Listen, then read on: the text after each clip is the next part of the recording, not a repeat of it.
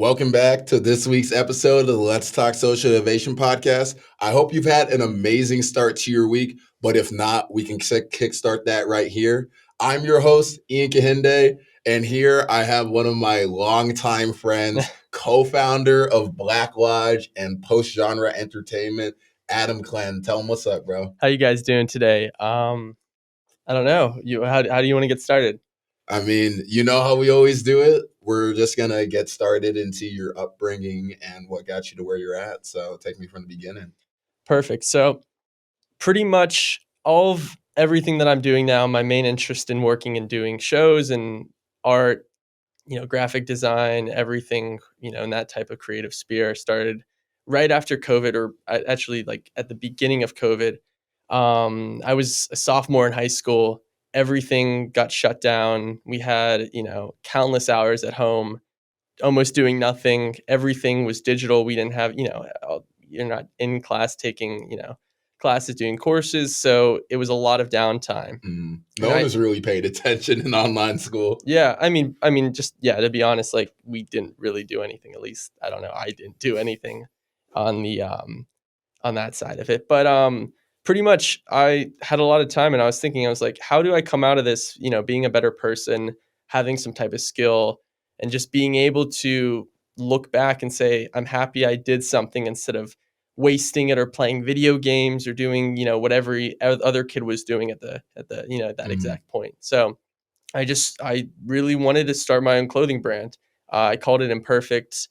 I bought like maybe $150 heat press off Amazon. Started making shirts, printing out I don't know if you ever seen it. It's like they sell like they call it like it's like a printable vinyl that you could just print out and then you literally just cut it out with scissors, like household scissors, and then you put it down on the shirt, use an iron or a heat press.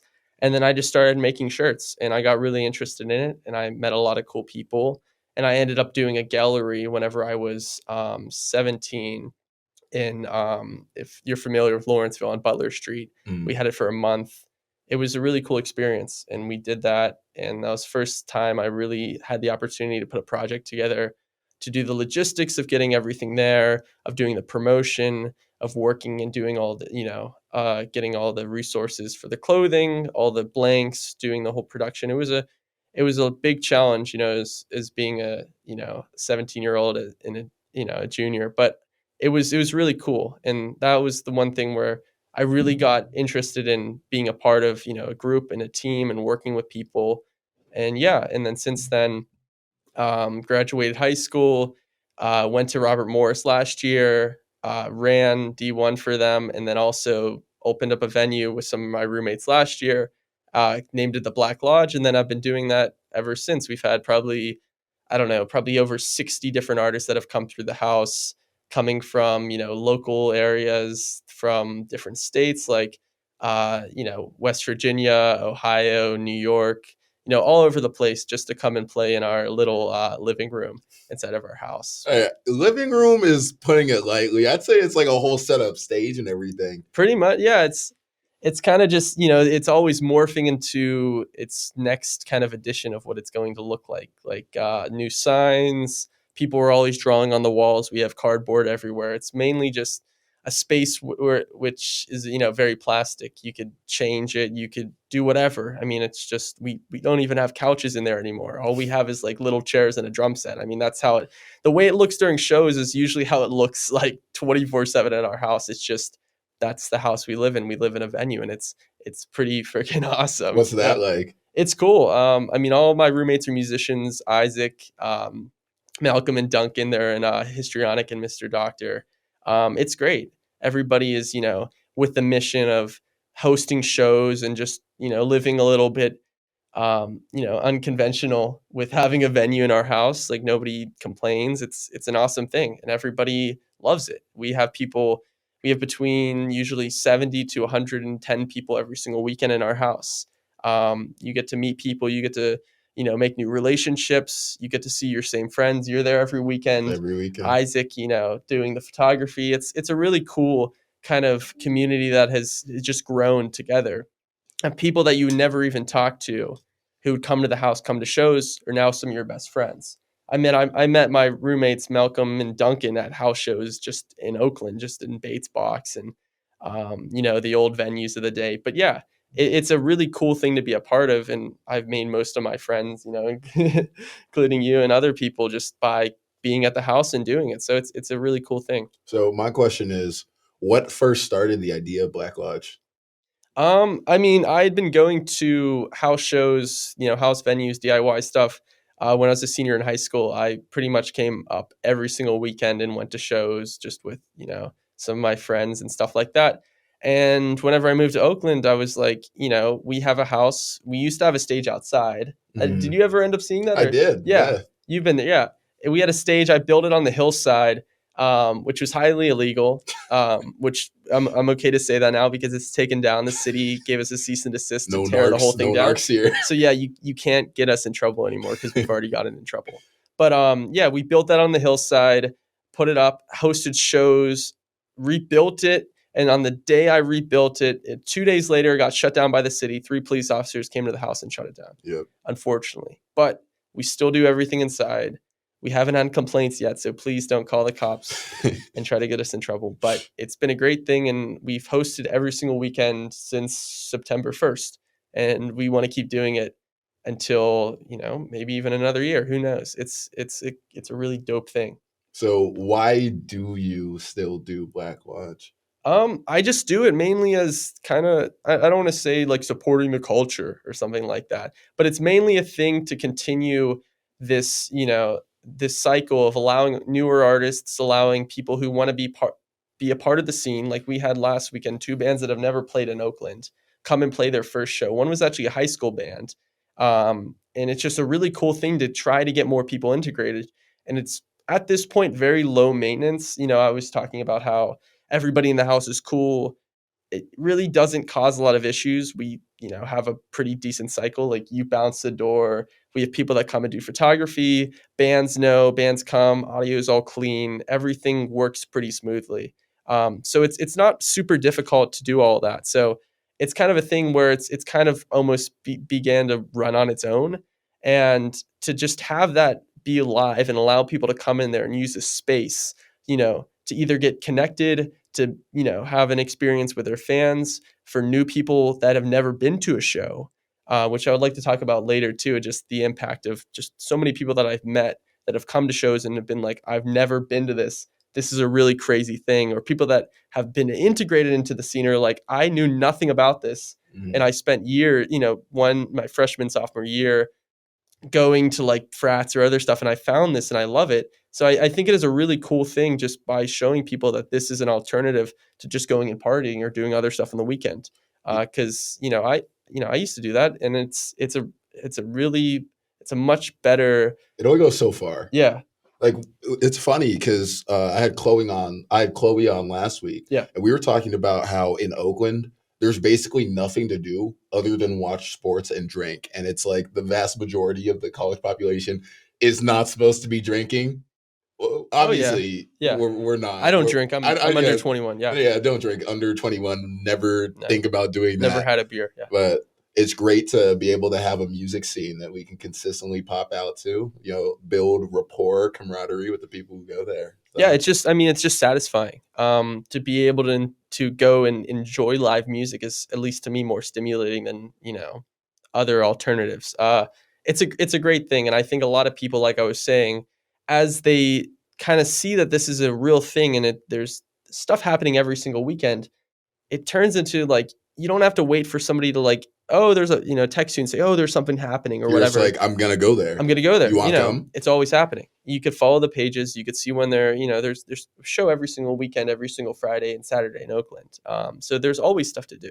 And I think when you kind of break that barrier of just almost lying to yourself that you just need, everybody has FOMO. Mm-hmm. I used to have FOMO really bad, and, still do in some capacity, but it's a great thing to know that this is a consistent thing and it's happening, and I don't have to worry about, trying to find other stuff to do. It's like these are my people.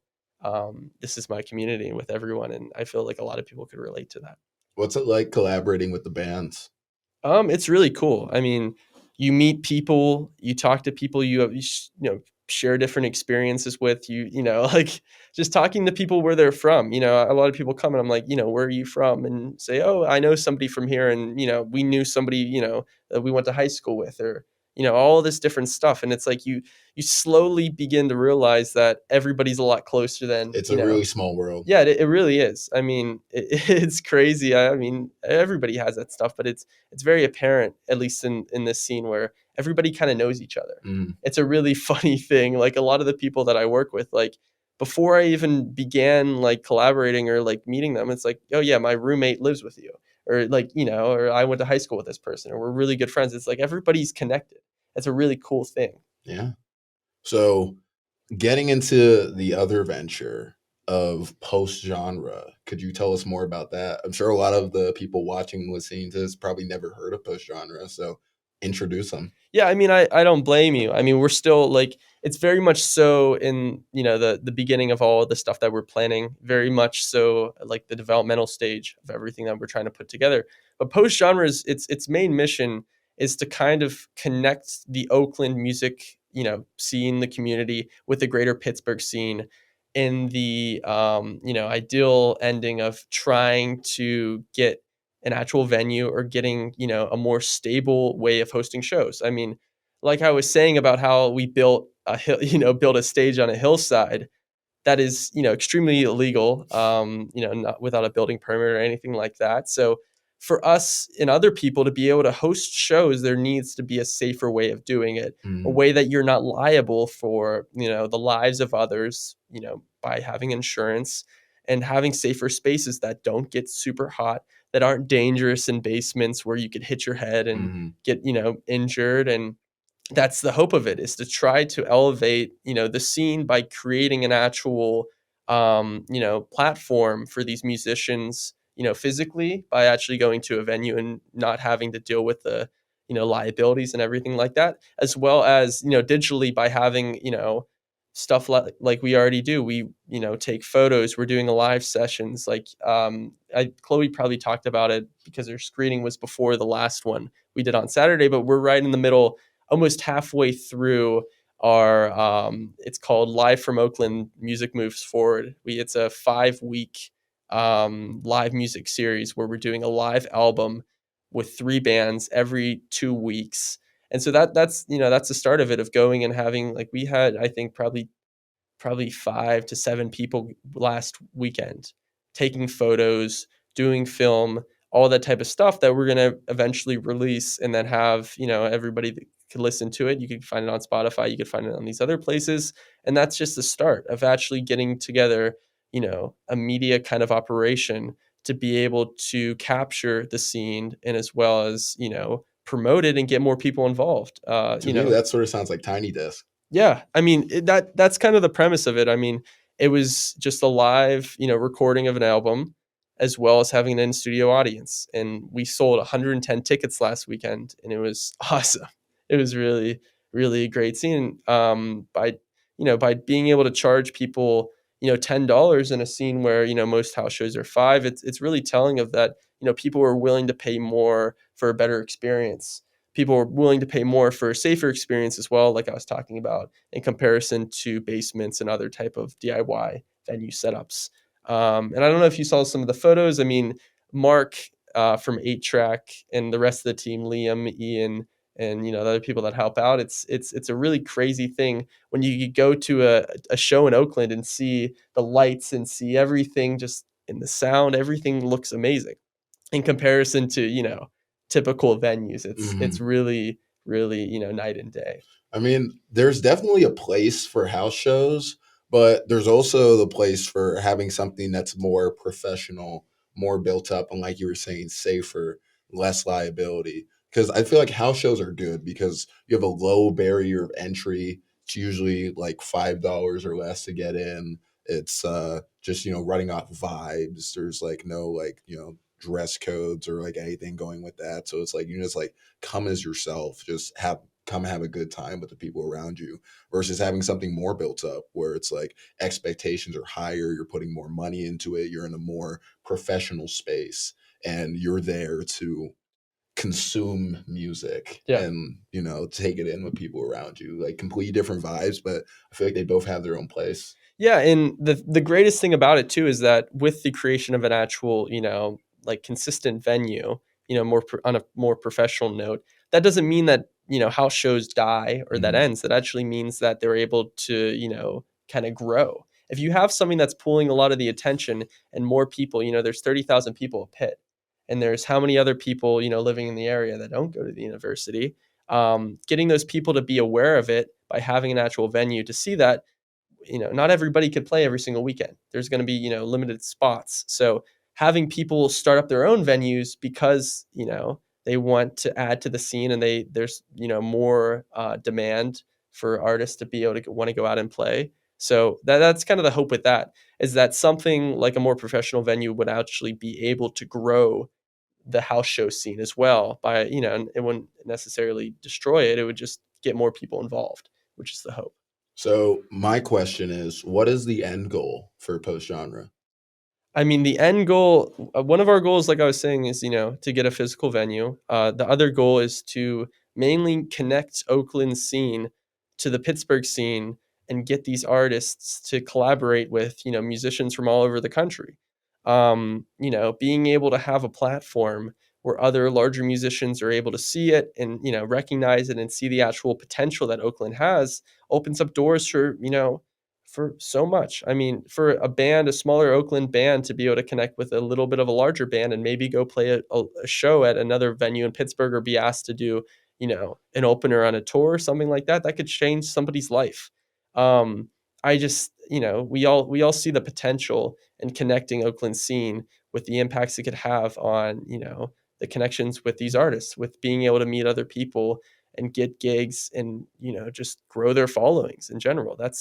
The plan is, the whole hope in post genre is to just continue to grow, the Oakland scene to where it could flourish and it could become something where people come to Pittsburgh to be a part of it. I mean, that's really kind of the end goal. My next question for you is, through your different projects and groups, what are the biggest ways that you've seen your impact in the community? From the event we did in April, it was called the Oakland Indie Fest. I grew up about 15 minutes from East Palestine, Ohio, which, unfortunately had one of the, The biggest train train derailment. derailments in the country. It was a terrible thing, and to hear the name of somewhere where I've been, like how many times, be on, the news, the main, everywhere, and there's photos of the main street where, we would go to get gas there because it's in Ohio, and that's everyone who lives on the border knows that hack. You can get gas in Ohio for cheaper. Unlimited money hack. Yeah, it's like 50 cents cheaper. Not actually that much cheaper, but a place that I've been dozens of times, be on, mainstream everywhere. Everybody's talking about it, and that kind of spurred, how do we support these people? How do we bring attention? And that's, what the Oakland Indie Fest was, is that we were able to raise over $3,000 for the families. So Shelby Walker was one of the individuals, one of the community members that we donated to. She actually had one of the trains derail right in her backyard. That's crazy. Yeah. Showed us like bottles, mason jars of the water that had leaked, like that water from her soil that was bubbling, had all these chemicals in it. And yeah, I mean, and we were able to, make a contribution, and as well as, give them an opportunity to come to the event and speak. We had over 1,000 people that came to it. But yeah, I mean, that's a whole nother conversation too, is that I am very, very much so want to get involved in more, nonprofit work, because I think it is just so, it's just so satisfying to be able to, know that you're able to make a contribution to somebody, to know that you were able to make an impact. But yeah, that's kind of when where it was able to make an impact in the community. So. What are some of the biggest lessons that you've learned through your work these last couple of years? You could kind of, delay the gratification, or, the somewhat success of, like a venue, or, whatever you want to do, by just, like, one of the biggest things that I see is that, we charge $5 consistently. There's a lot of places that charge, a little bit more, and it's just about getting people in the door. Mhm. I knew that, like, kind of when we first started doing it, was a hassle doing shows every single weekend and doing all the stuff, myself, and a lot of that of trying to get everything together. But at the same time, you're consistently doing that. You're having I mean, everybody could afford $5 to get in there. If you're able to get these people to come and be a part of something and you're not really charging anything to do it, you're going to grow a following. And that was the biggest thing with, growing the Black Lodge and getting people involved, is that, it wasn't about making money. It wasn't about, trying to turn this into something where it was like fame, or like it was like, oh, I have all this attention. It was just, how do we get people involved? How do we have people consistently like this and get a good rep?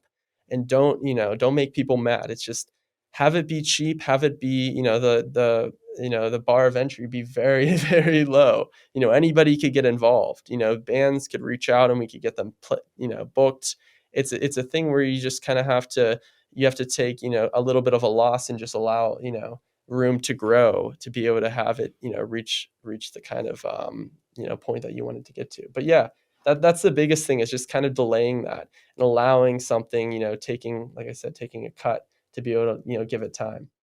So, last thing that we're going to hit before we hit this week's artist spotlight is your advice that you can give to people who may have been in the same situation as you a couple of years ago. Like, what advice would you have told your younger self, or what advice would you pass on to the people who are going to be watching and listening to this?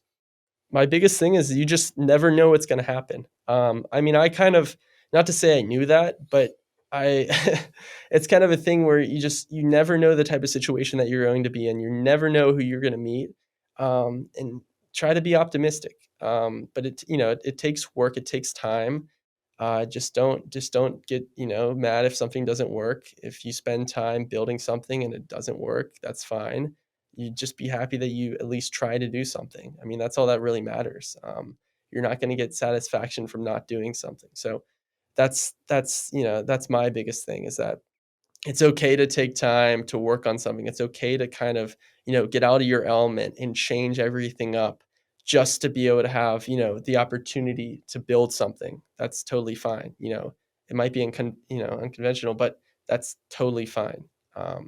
Nobody's gonna, kill you for trying to build something. So Yeah, I feel like we live in a very perfectionist society where it's like a lot of people, even ourselves, we just expect things to work instantly. And we don't allow ourselves time for failure, which in turn is time for growth, you know? yeah. I mean, one quote I kind of wanted to bring up too is that Virgil Abloh is a quote, and it's, I see so I want to be the 17-year-old version of myself. And the kind of the funny part of that, I first got started in all this stuff when I was 17.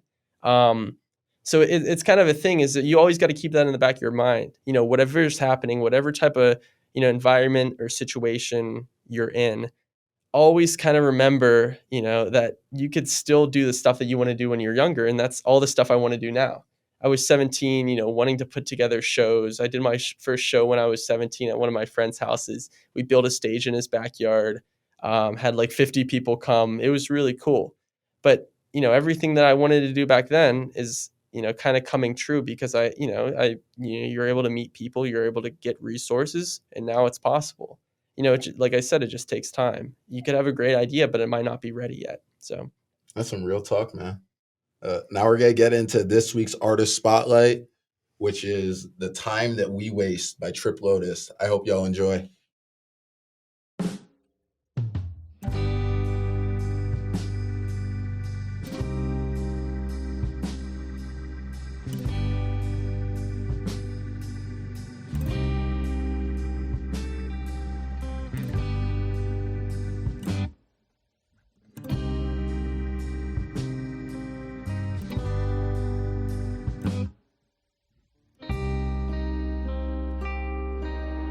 Flowers blooming just to shrivel up in showers. What is love if I am flooded outward?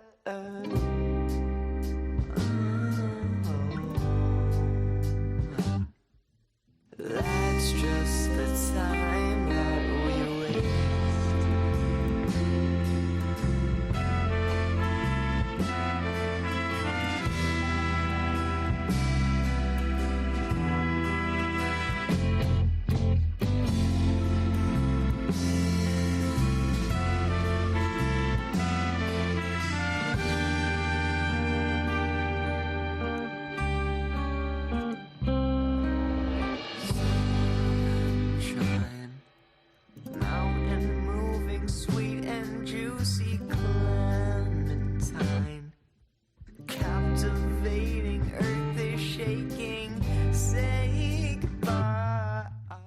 Hope y'all enjoyed Time That We Waste by Trip Lotus. You'll be able to find their Instagram and links to all of their music in the description of this episode, where you're watching on YouTube or listening on any of our audio platforms.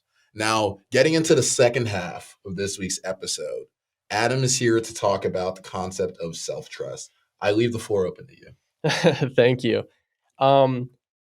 One of the reasons why I decided to choose self-trust for the topic for, the second half of the episode is that I just think it really pertains a lot to my own life with, everything that we discussed in the first half with getting started, with being able to put together, large events, thousands of people.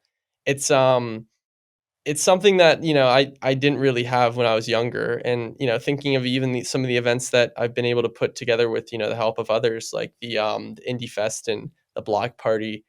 It was something which is kind of funny. The first time I ever went to Oakland, I remember sitting on Flagstaff Hill and just thinking, I was like, this would be the coolest place to throw, to put together a show, to have, hundreds, maybe even thousands of people come here to see bands play and all that.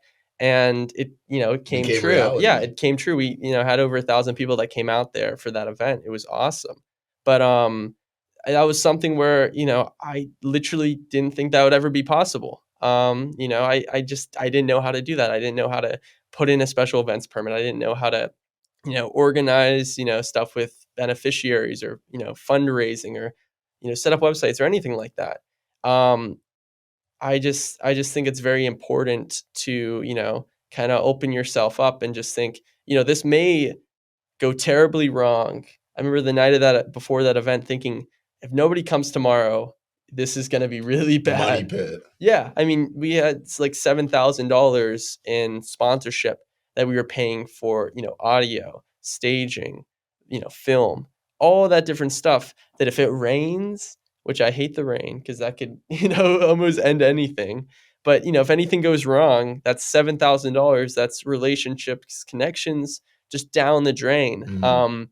It's just trusting yourself. I mean, that's how I've almost been able to do anything that I've, kind of somewhat been successful at. It's just being able to throw yourself into something that you have no idea if it's going to work, but this, the slight chance it might is worth the risk. And that's the biggest thing. I feel like part of this conversation of self-trust, I think that to an extent, there's a barrier that you have to be able to cross in order to even, I guess, begin like your plan in actuality. Like setting up the Oakland Indie Fest at Flagstaff Hill. You had to go and say, I'm going to end up doing this. And then you had to end up putting your best foot forward, getting everything set up, getting all the money, all the investors and everything all ready for that. So what do you say to people who are having trouble with getting that first step of passing that initial barrier to getting their plan in action?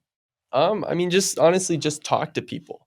One of the biggest ways we were able to raise money for that event is just, I printed out probably, 100 pamphlets and went door to door in, Shady Side and the South Side and, Lawrenceville and the Strip District, and just went and talked to people. There's many, conversations where I went and, try to hand somebody a pamphlet. They're like, I don't want to talk to you.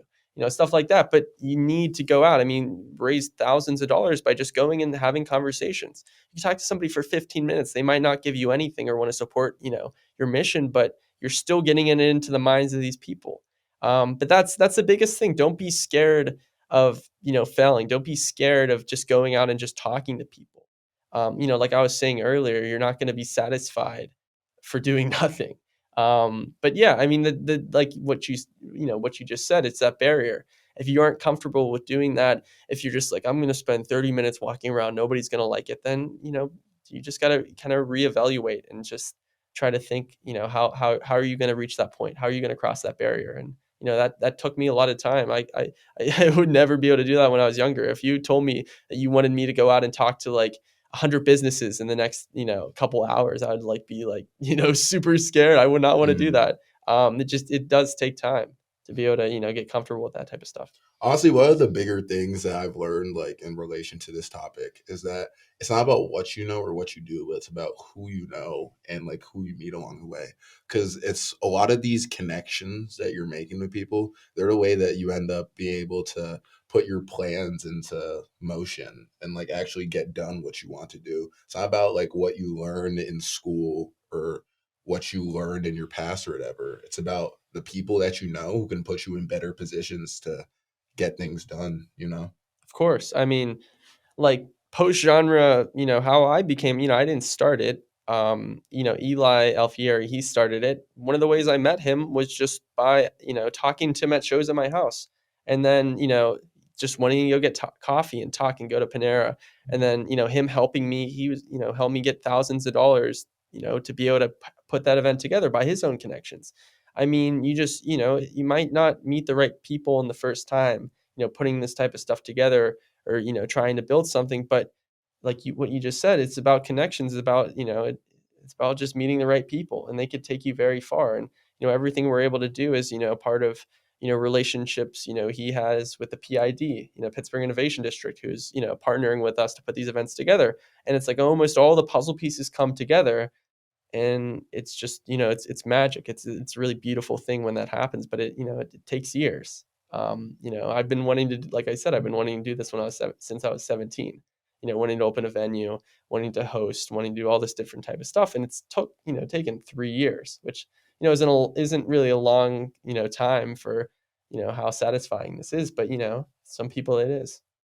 So, one other thing in this whole realm of self trust is when the going gets tough, like when you're at your lowest and you're ready to give up, you're ready to, throw in the towel. How do you keep going? Like, for example, like when you were with Black Lodge and the cops ended up tearing down the stage, how did you bounce back from that? Um, I don't know, just having a good support system, just having people like I'm gonna be honest, like my girlfriend is like one of the best ways of keeping me stable. I mean, she knows me better than I know myself. I feel very comfortable, and that honestly holds me down a lot and makes me feel stronger in situations where it's very difficult. But just having good people around you. I mean, I couldn't tell you that I have an exact answer of how to get through stuff, but I have a lot of good people that I live with, that I'm friends with, and that honestly what keeps me moving when when I think about when I was 17 and didn't really have a lot of people that I had like one other or two other people that I knew that like this type of stuff, and I have a whole community people. It's very hard not to be grateful for that, Mhm. and that's what keeps me going, of knowing that I have this support system. I have all these people that are very interested in very similar stuff that I want to be a part of. And, why stop it when this is like the best opportunity to do everything you want to do when you're 17 right now? So, It's like dreams to reality. yes. Yeah. So, I guess my next question is for the people who they don't have this confidence and self trust in themselves. How do you establish that in the first place? Because I think that you're a good example with, co-founding Black Lodge, co-founding Post Genre. That's not just something that you come up with overnight, you know? Yeah. I mean, like, I kind of sound like a broken record a little bit, but it's just, it's just throwing yourself into stuff that you're not comfortable with and just allowing it to take time to grow into something and gaining confidence along the way. Like I just said, I didn't have a lot of confidence when I was younger. I had no idea how to do most of the stuff that I'm doing right now, but it just takes time. And confidence usually just comes with hard work, at least in, my own experience. Mm. But yeah, I can't really give like, I don't know. It's really kind of a difficult thing to say, oh, just do this or do that. But yeah, I mean, everyone's different, you know? exactly. Yeah, I would hate to tell someone to do something and then it's not the right way to do it. But it just if you're willing to put the work in, you're willing to take time, definitely going to come with it. That's everybody. It's like I'm trying to sell you something, but it really most of the time does come true if you could just put that time in, and you could just take a cut and just put your mind 100% at what you want to do, and in most cases it will work. So if you're going to tie this whole session, this whole lesson up with a bow, what would you say to bring it all together, conclude this? Just don't be scared of taking a risk. I mean, every day, you're going to be met with challenges. Something's not going to go the way you want it to go, but you need to be able to find ways to counteract that, and find ways to continue to do exactly what your mission is and your goal is. You're going to hit road bumps. You're going to not be able to do certain things. It's going to take longer than what you expected, but if you're willing to just push through it and continue to work at it, likely will come true. So that's I guess the advice I would leave to if anybody's listening. But yeah. So before we wrap this episode up, my last thing I'm going to ask you, what should we be expecting from you in the future? Right now, I mean, we have 2 other sessions. So we have the 20th, and I believe that what is that going to? Well, the 20th of October. We have some dates in November and a date in December for the live sessions. It's at 115 Atwood Street. We're gonna have various different local artists playing. But yeah, we're gonna be doing that for the rest of the year.